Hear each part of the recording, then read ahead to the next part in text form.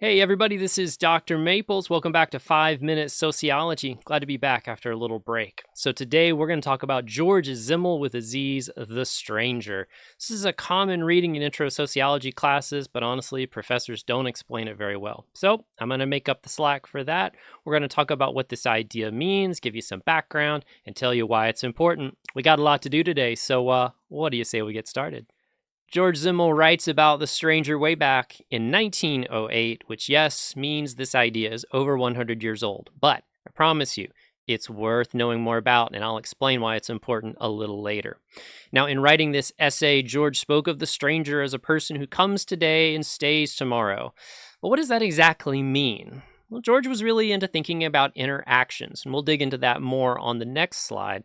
But for now, think of this stranger as a person who exists within a community, but they don't necessarily have firm ties that keep them there. They could move on and do something else and be part of a different community, and it wouldn't be that big of a deal. In fact, a really good way to think about this is the contractual relationship of a person who's part of one community, but goes into another community to sell goods or services, say like a merchant. In fact, we'll use this example a little later so you have a concrete example to take back to your test. We also have to think too that there's a level of discrimination that sometimes pops into this relationship because this person is not necessarily accepted in this community in which they're a stranger. In fact, they're very much considered an outsider. So we'll want to dig into that a little bit and understand exactly what that means. For me, one of the really interesting things is I think Simmel is kind of overlooked and a bit of a stranger himself in American sociology. You have to remember, this is a person who helped found German sociology along with the greats Ferdinand Tönnies and Max Weber, names that we'll talk about in 5 minutes sociology in the future. Tönnies and many other German sociologists at the time were very interested in this idea of social interactions, particularly the complexity of it. You know, when you have a dyad to people, it can be very simple. There's only so many things that come into that relationship. Add a third person, it becomes more complex.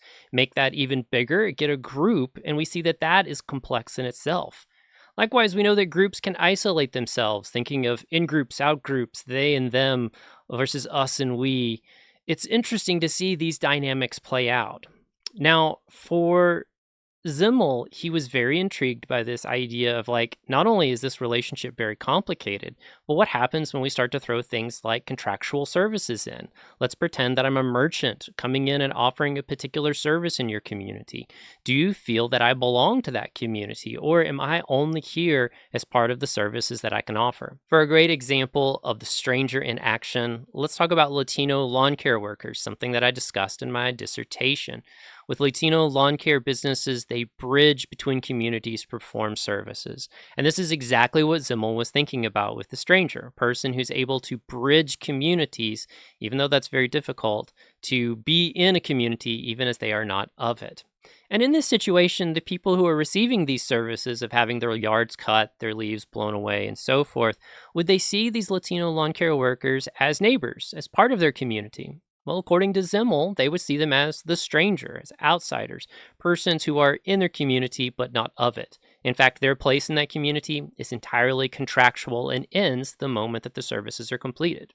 It even understands, too, that this person is sort of replaceable, that this service could move away and another person, regardless of their ethnicity, could come in and be the new lawn care service.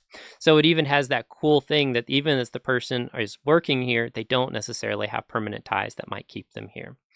It's interesting too, because we also see a few cases in the news where people have felt that a Latino lawn care worker does not belong in their neighborhood, which led them to call the police only to find out that the person was there fulfilling a contractual duty of mowing someone's lawn.